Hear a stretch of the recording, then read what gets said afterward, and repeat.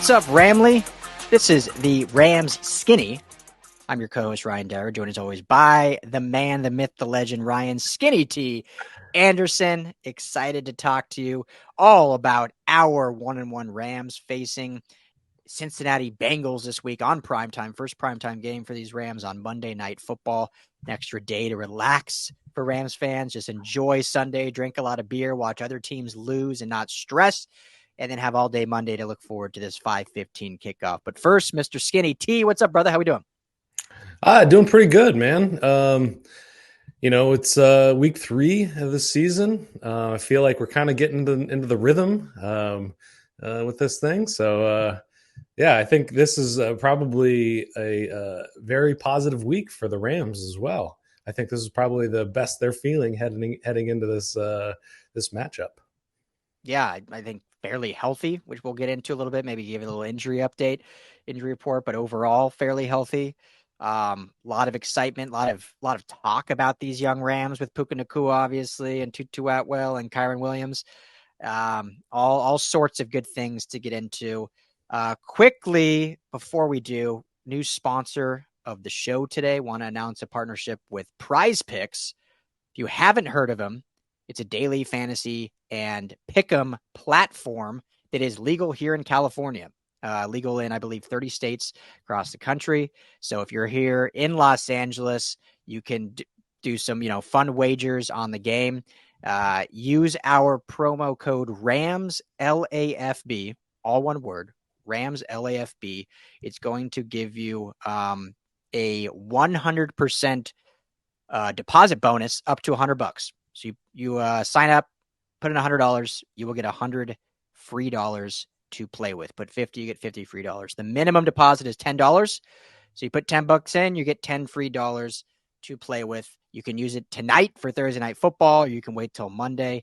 It's really simple, skill-based, real money, daily fantasy sports game. How does it work? You pick 2 to 6 players, and if they go more or less than their PrizePicks projection, you can win up to 25 times your money on any entry. So go to PrizePicks. You can download the app or go to prizepicks.com. Use our promo code RAMS, LAFB. Create an account. Minimum deposit $10. Tell them the guys at the LA Football Network sent you. All right, Skinny. Let's start with this because I'm pretty sure, I try not to pat ourselves on the back too much, but I'm pretty sure we predicted this on our Tuesday show. But Cam Akers reunited with Coach O'Connell in Minnesota, traded for a bag of peanuts and a 2026 7th round pick in exchange for a 2026 6th round pick coming this way. So your thoughts on the Cam Akers saga finally coming to an end here in LA?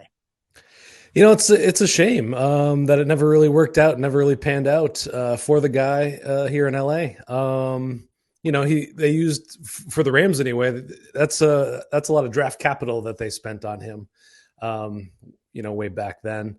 And I wish him the best of luck over there in Minnesota. Obviously, a nice landing spot, familiar face over there with Coach O'Connell. We're moving on. We saw what Kyren Williams looked like last week in the first half, at least. So I think that in terms of where that running back room stands, it's more about who's backing him up, who's the second guy, the third guy. We got Royce Freeman and Ronnie Rivers, and I'm interested to see how they're going to work into the fold over the next couple of weeks, and certainly in this game. Any parting thoughts on Mr. Akers from your side of things? Yeah, just, I think he's still a good player, still has a lot of gas in the tank. It just seemed like, I don't know if it was culture, if it was vibe, if it was, I don't know what to put my finger on, but just didn't seem like he fit with this Rams team basically once O'Connell left. So he kind of ended up in the perfect spot. Maybe his biggest cheerleader, as we talked about last episode, was Kevin O'Connell, and now he's able to go and reunite with him. And they've had, obviously, their rushing woes since Dalvin Cook has left, and I don't know if he necessarily solves those. He's a very similar back kind of to Alexander Madison, but he gives them another possibility and can go back to a coach that maybe was his biggest believer when he was drafted, and it just didn't work out here. And best of luck to you. But as the great Coach Belichick says, we're on to Cincinnati. Nicely done. So with that being said, the 0-2 Bengals. Let's start with that. 0-2 Bengals, and Joe Burrow has looked cold. Not cold as ice, not icy, cold after being the highest paid quarterback in the NFL, has not looked like himself. In your opinion, Skinny Team, obviously we haven't watched a lot of Bengals football, so I'm putting you on the spot. You know, I got to dive too deep, but how much of this do you think is just, he was banged up in training camp and preseason, didn't practice a whole lot? Maybe it's some rust. How much of this is playing some good defense? I mean, what do you attribute to? I mean, 80 yards in the first game and didn't even look great in week 2. Yeah, week 1 you can kind of chalk up to playing a fantastic defense in the rain, tons of pressure on him. You think he's going to come out and maybe light the world on fire against a good defense, a really well run defense, but Baltimore is not one of the best defenses in the league. And he just didn't deliver. And, obviously everybody knows about the calf. That's definitely got to be playing into it. That's not making him better. That's for sure. Mm-hmm. But this offensive line is not allowing him a lot of time.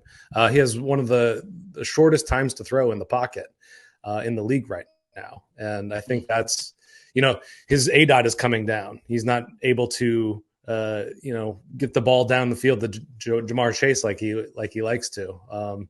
So I think the combination of offensive line that's not working and some of that issue where he, that was one of the things that made him really great is when he was in the pocket and he was able to move around a little bit, steps up, steps back, left, right, just those little things, he's mobile enough, but with a leg and the offensive line, it's just not clicking for him. Yeah, absolutely. Can you do us all a quick favor? And I never want to talk down to our audience. That's been our big mantra here is, we're in the community. So don't want to talk down, but there's this term ADOT you used. It gets thrown around a lot. And I think a lot of listeners and fans probably know what it is, but there might be some that don't. So maybe just for those that don't, what is ADOT and why is that such a big deal when talking about the decline of Joe Burrow so far through 2 weeks?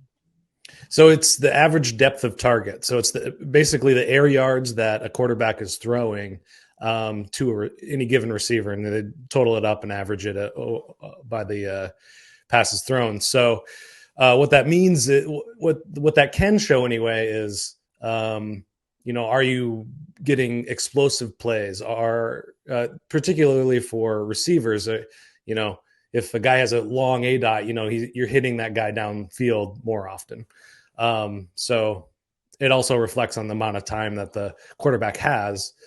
Because the play is developing, things are getting further on downfield. Yeah, exactly. So it basically kind of tells you if this guy in this offense is going real dink and dump or real stretching things out and opening things up and putting pressure on the defense or how they're doing things. So, and when you think Joe Burrow, you think the latter. You think of explosiveness. You think of eye-popping throws and in between tight windows. And so the fact that and these defenses and, 2 good defenses in the Browns and the Ravens, but, it's Joe Burrow. He just got the highest contract ever in NFL history. He's got weapons aplenty to help him out. You would expect a little bit more out of this. So looking at the run game, and then we'll kind of get to how this matches up with the Rams, but wanted to give a little precursor on the Bengals first. Coach Taylor obviously comes from the Sean McVay tree. So maybe he falls into those Sean McVay reactionary abandon the run situations, maybe a little bit as well. But you look at over the course of kind of how they've played. I mean, just last week, Joe Mixon only got 13 carries. Week before that, not much different. How much do you think the run game can help Joe Burrow get back to week 1, he ran for 13 carries and about the same in week 2. How much can the run game maybe simulate and help Joe Burrow out, do you think? That's a pretty shocking statistic because week 1, rainy game, you think that they're going to be running the ball a lot more and taking some of the pressure off. And yeah. And let me, sorry, I'll jump in. Week 2, also only 13 carries for Joe Mixon. So back-to-back weeks, only 13 carries for Joe Mixon. Yeah, I was gonna chalk it up. I was gonna say Joe Mixon is just not a running back that I'm terribly worried about, but it sounds like it's the coaching system is what we're not worried about here. So, that's definitely something that if I were a head coach, would lean on to Mm-hmm. if I had an injured quarterback. But they're not going that way, and you know, I can't imagine that they're going to change things up this week. But we'll see. We'll see. From what I've seen, Burrow's kind of status is day to day, so he may not even be in this game. It might be good old Jake Browning from Washington, former Pac-12 guy, in there, Mm-hmm. um, and maybe that's Mixon's. We'll get Mixon some carries. We'll change their mind about the running game there in Cincinnati. Yeah, maybe they'll actually mix in the running game for Mixon if they had Jake Browning. Maybe Nice. Mixon brownies. Yeah, there's some baking joke in there Oh somewhere yeah. Oh, if I could think of something. But okay, let's go with that, and then we'll get to the kind of matchups we're looking for. But yeah, Joe Burrow right now, day to day. I think he got a light practice in this morning at the time of this recording, which is Thursday, they said, but still unsure for Monday. If I'm gonna guess, if you get a light workout in, he'll probably go, especially since this team is 0-2 and the AFC is so stacked. But could have a setback. You never know with these things. And if Jake Browning goes, I think as the Rams, you got to feel real confident about this game. But just kind of in your mind, and I'll give my 2 cents. But what changes in Cincinnati's game plan specifically? And it's probably pretty obvious. But what changes if it's Joe Burrow under center or Jake Browning under center? And then I'll piggyback on that. What changes for the Rams defensively if one of those two quarterbacks plays in your mind? well, I think defensively, I don't think that there's a big shift in their game plan because I think that what what the Rams have to ensure that they're doing is that they're getting pressure on him, getting pressure on either quarterback, and with a young quarterback and an experienced quarterback like Browning, that's going to throw him for a loop as well. He's not going to respond well to Aaron Donald and his grill. I don't know who would. And yeah, exactly. But that's the best way to get under the quarterback's skin. I don't think the game plan changed defensively. Offensively, you got to dumb it down. You got to make it really easy for the guy. That's the best way that I can say that. If I'm Zach Taylor, I'm actually making my offensive strategy the same regardless who's quarterback. And I know Joe Burrow, is obviously light years better than Jake Browning, but how he's played so far, I don't think this guy lacks any confidence. So that's definitely not an issue, but just how he's played and the injury he's dealing with, I think you got to make your offense and just tailor it around your running game. And everyone that listens to the show and listens to us probably just thinks I'm such an old school guy because all I talk about is running the damn football. But it gets to a point where, you need the running game to supplement a good passing game. And too many of these coaches, and I'll never pretend like I'm smarter than these coaches because I know I'm not, but sometimes there is common sense to this. And, you can't run the ball 13 times and expect to win football games, especially against good defenses and other teams that have good quarterbacks. And so against this Rams team who have surprised everybody, the offense has been pretty explosive. Matthew Stafford's playing way better than everyone probably but us thought he would be. And they're going in with either a gimpy quarterback or a backup. Like, you have to commit to that run game. And if you're the Rams, who have played pretty well against the run thus far, you've got to be licking your chops. When you look at Aaron Donald, you look at Byron Young, you look at Kobie Turner, you look at all these guys that coming into the season outside of Donald, there was a lot of questions about how this pass rush would be, how this run defense would be. And now you go up against a team that is going to have to commit to it to take the pressure off of whoever's playing quarterback.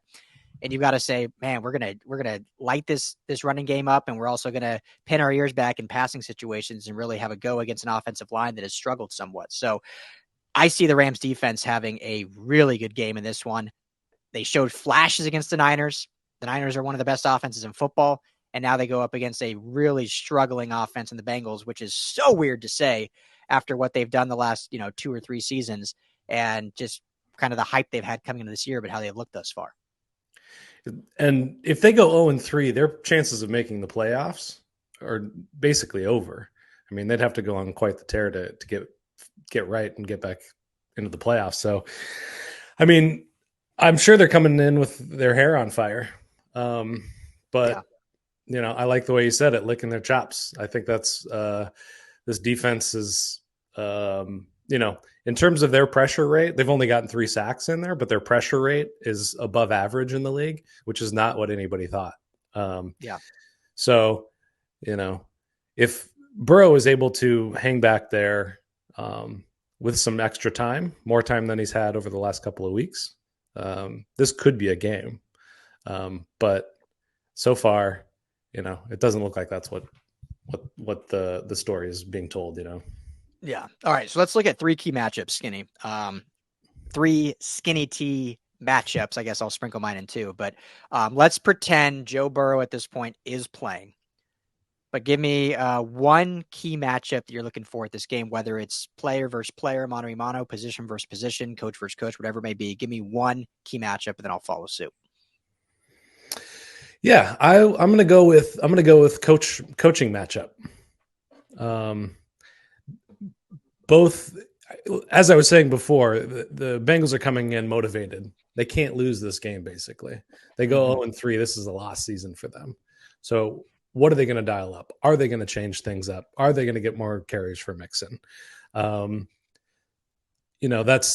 always been the Achilles heel for Sean McVay, is he doesn't always adjust. So is that the same on the Bengals side? So that's my first matchup. What about you? Yeah, I mean, it's a good one. Obviously, these two coaches know each other, history. Zach Taylor coming from Sean McVay's tree, coached against each other in the Super Bowl, which was a great game and came down to the wire there. So, yeah, I think that's going to be obviously every week the coaching matchup is great, but when you know each other and run similar offenses, it becomes that different chess match of almost like which D coordinator has the upper hand here. Is it, they face each other in practice each week. It's going to be very much like a scrimmage in a way of what they're going to see going up against on the other side. So for me, I'll start. Let's go with our guy Puka Nacua against the Bengals secondary. I mean, what an unbelievable start for this kid. I mean, he's shattering records as a 5th round draft pick, shattering records.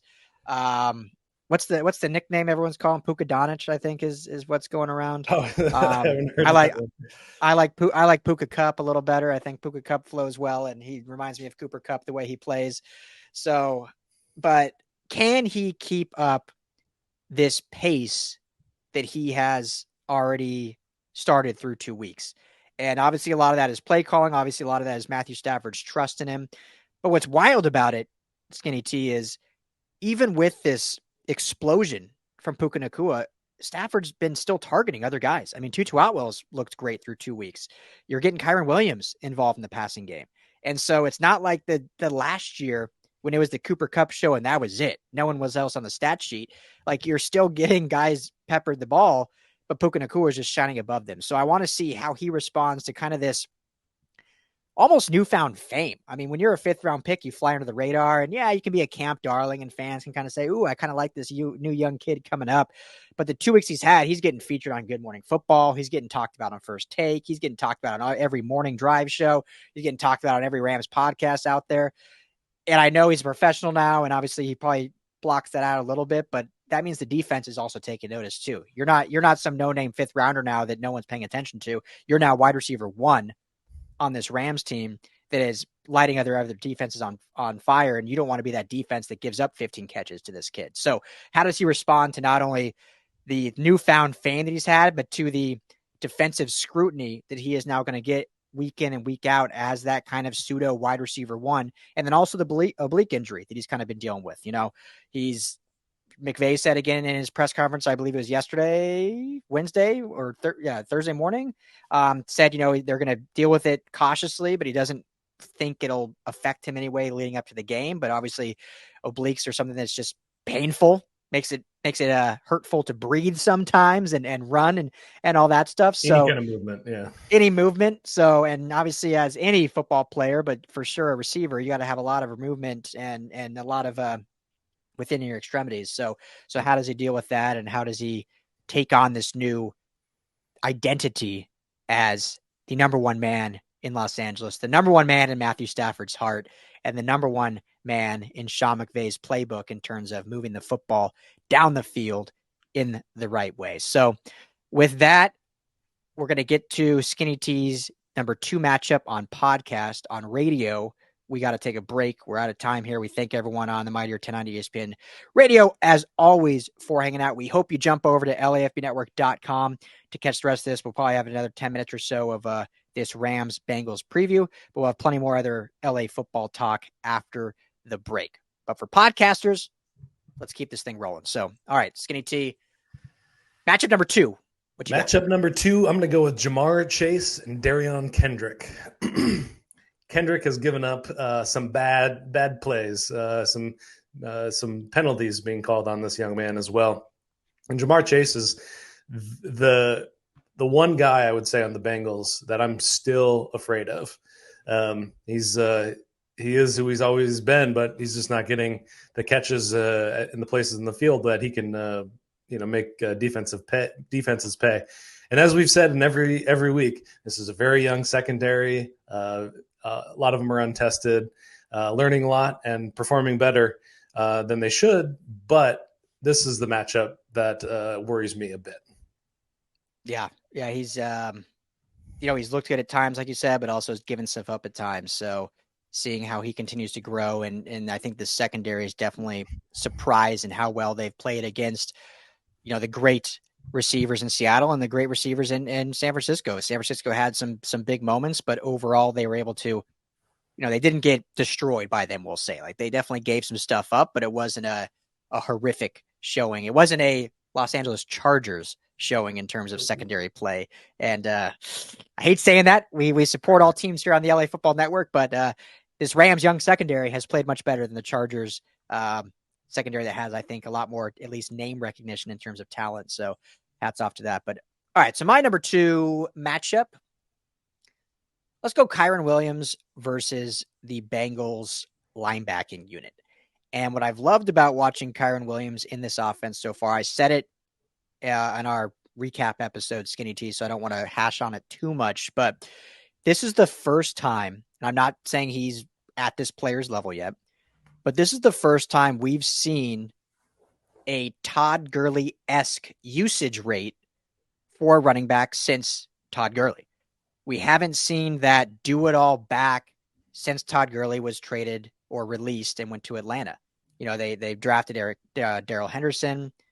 Obviously, they've signed C.J. Anderson. They drafted Cam Akers.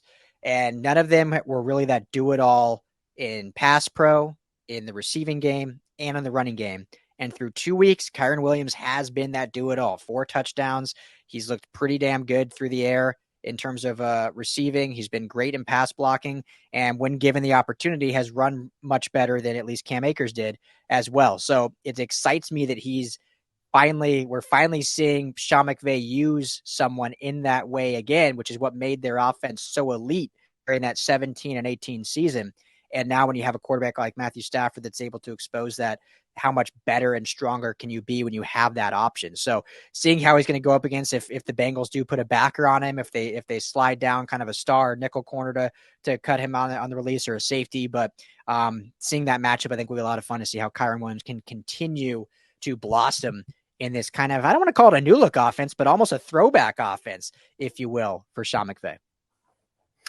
Yeah, that's a really great point. I think that, you got to love to see some evolution in this offense, and it's really keeping things fun and interesting, and like we were talking about against the 49ers, just bringing that physicality, and you can really see that's what Kyren wants to do. He likes the contact. He's not afraid to get his face in there and the pass protection and all that good stuff.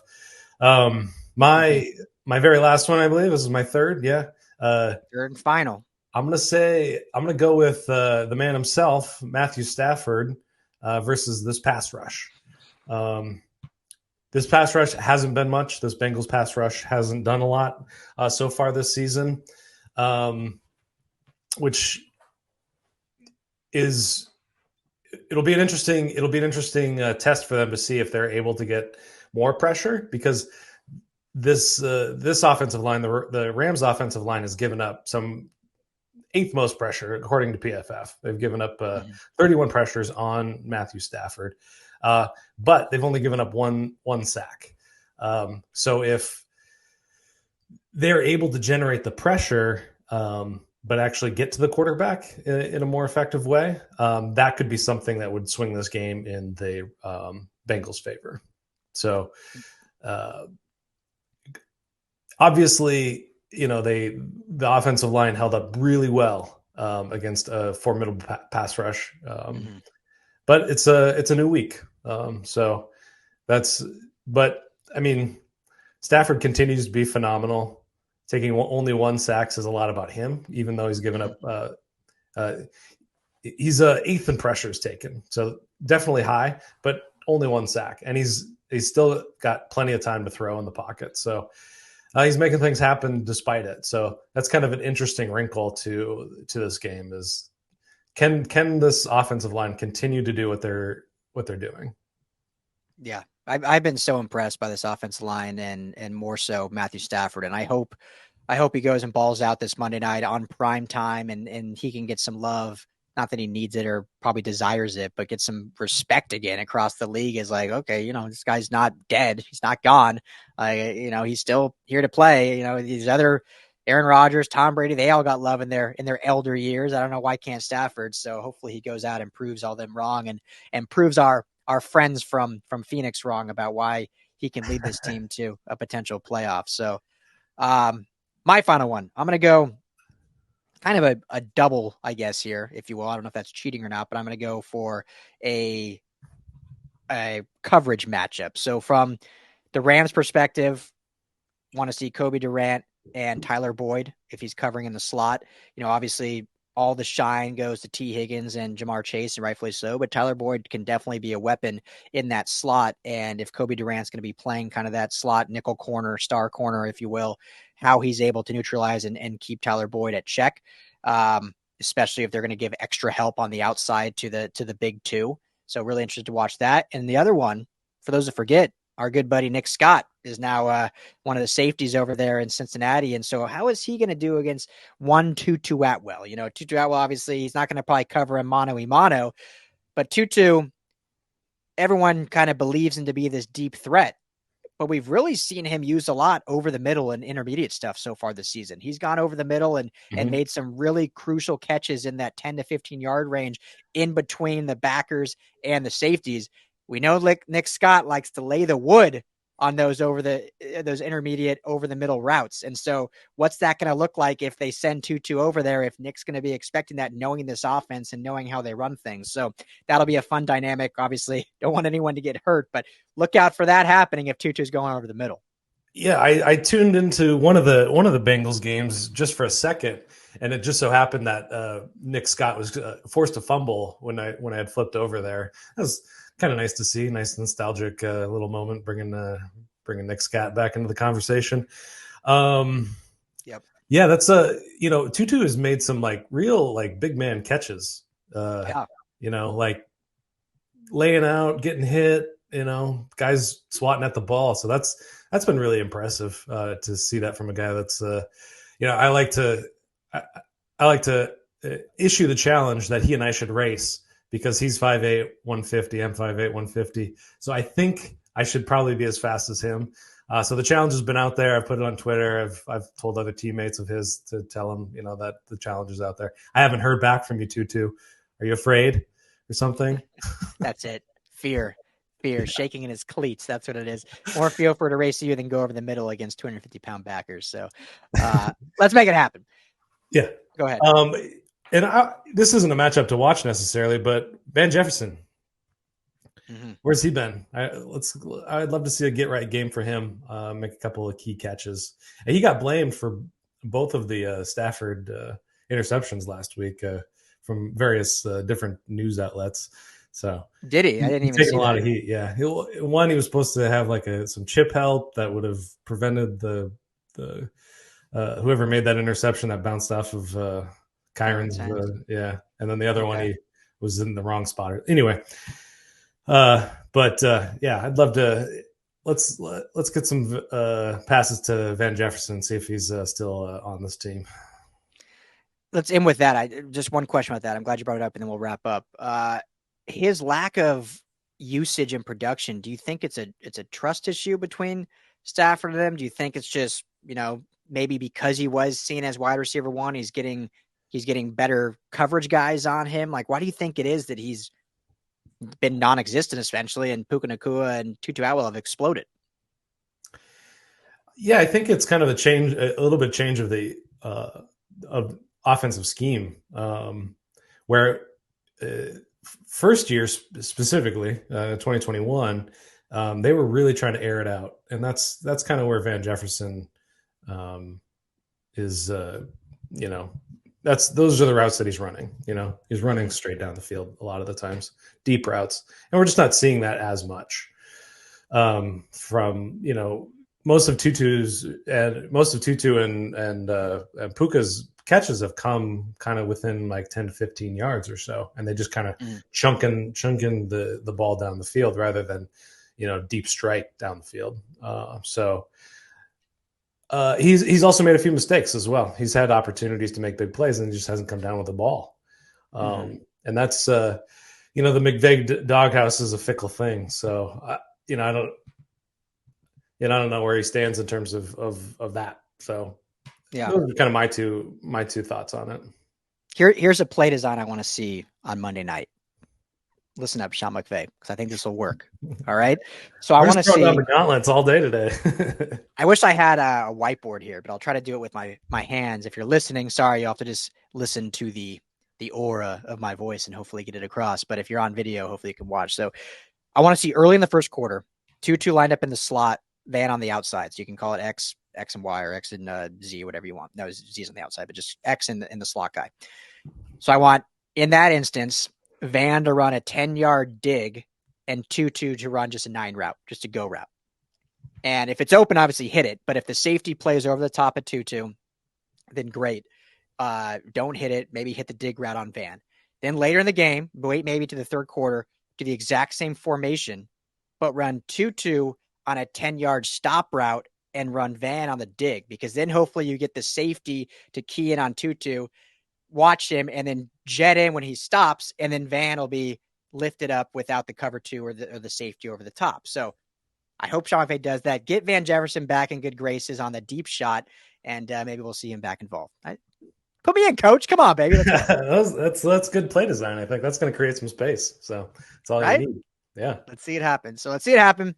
Anything else from you, my friend? No, let's go on to score predictions. I think there's the Bengals at home. They are still favored, but just by 1.5 points. I think the over-under I saw was right around 44.5. I think that's what that was. So what do you think? Who's winning? What's your score prediction? Yeah, I'm kind of surprised the Bengals are favored. Maybe that's just be with the thought of Burrow still playing and just out of respect for him. But I think the way these two teams have played, the Rams clearly look like the much better squad right now. Obviously the home team, but maybe I'm getting overconfident with how this team's played, but I feel really good about this game. It's based on how they played their first 2 weeks being divisional games, how they played against Super Bowl favorite 49ers. And they, like you said, go up against a team that hasn't had a good pass rush yet, has had trouble at quarterback, maybe playing Jake Browning, hasn't committed to the run game at all, have given up some big plays. All those recipes, I think, spell great success for the Rams. So maybe I'm overconfident, but I'm going to go 31-14 Rams in this one. Whoa, nice. They're just right out of the gate. They're scoring and putting the ball in the end zone. I like it. Yeah. I guess, 30 in week 1 and what, 23 in week 2? Yeah. 23 in week 2 against a much better defense. So let's go 31. I like it. Yeah. I'm going to go. Also, okay, let me do this so I save some face. If Burrow plays, I'll go 31-21 Rams. But if it's Browning, 31-14. I'll give him an extra. I'll give him an extra 7 with Burrow. Well, that's a lot of respect for Browning's ability to score some touchdowns there. Well, they're going to run the ball 30 times, so they'll get 14. Right. There we go. Yeah. Throwing down the gauntlet to Tutu, to Coach McVay, and Zach Taylor. Yeah, there we go. I almost said Zach Thomas. I always want to say Zach Stevens. We have our good buddy at DNVR, Zach Stevens, covers the Broncos. I always just want to say Zach Stevens, but Coach Zach Taylor of the Bengals. Go ahead. He's a former Cornhusker. I should know his name. I lived in Nebraska and played. That's right. You should. Former Cornhusker. Okay, so I'm gonna say, I'm gonna go with 30.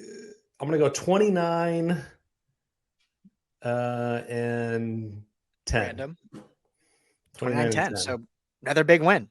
Yeah. No, it's this team doesn't look good. I mean, it's not happening. It's not clicking. It's something's wrong, and it's the calf, I think. And this defense isn't anything terrifying. I'm not worried about anybody on the defensive line. And I mean, the secondary is fine, but I mean, it's just like, I think, this is Sean McVay. This is Sean McVay's game. He's going to coach a hell of a game, and he's going to put this one in the win column. And then the Bengals are done for the season. They can rest quarterback. There's this old, not even old, but there's this saying like, until someone shows me they're not who they are, I can't bet against them. So the biggest one is like, until Mahomes shows me he's not Mahomes, I'm not betting against the Chiefs. And I think in this instance is until the Bengals and Joe Burrow show me that they are who they used to be, I'm betting against the Bengals because they've looked pitiful so far. Pitiful is maybe a little harsh. Week 1, they looked pitiful. Week 2, they at least looked a little competitive and only lost by 3 to Baltimore. But until they show that they're that Bengals team, we have no reason to believe. Now, they might go and show that this week, and we'll have egg on our face, and we'll talk about that next week. But up until then, this Rams team has looked like the much better team through 2 weeks of football. And so I'm very confident in the way they're playing. They're pretty healthy. And Stafford's playing some of the best ball I've seen him play in a long time. Sean McVay's rejuvenated. They've got a great coaching staff. The offensive line is playing lights out. So go Rams. There we go. Go Rams. End it with that. So this is the Rams Skinny. Thank you all for hanging out with us. For Skinny T. Anderson, I am Ryan Dyrud. Head to PrizePicks. Download the app. Promo code Rams, LAFB. Minimum $10 deposit. They'll match it up to 100%. Tell the guys the LA Football Network sent you. Everyone enjoy this weekend of football. Maybe we'll do a live show either before the game or after game. I don't know. We'll keep you posted. But thanks for hanging out. Talk to you all soon.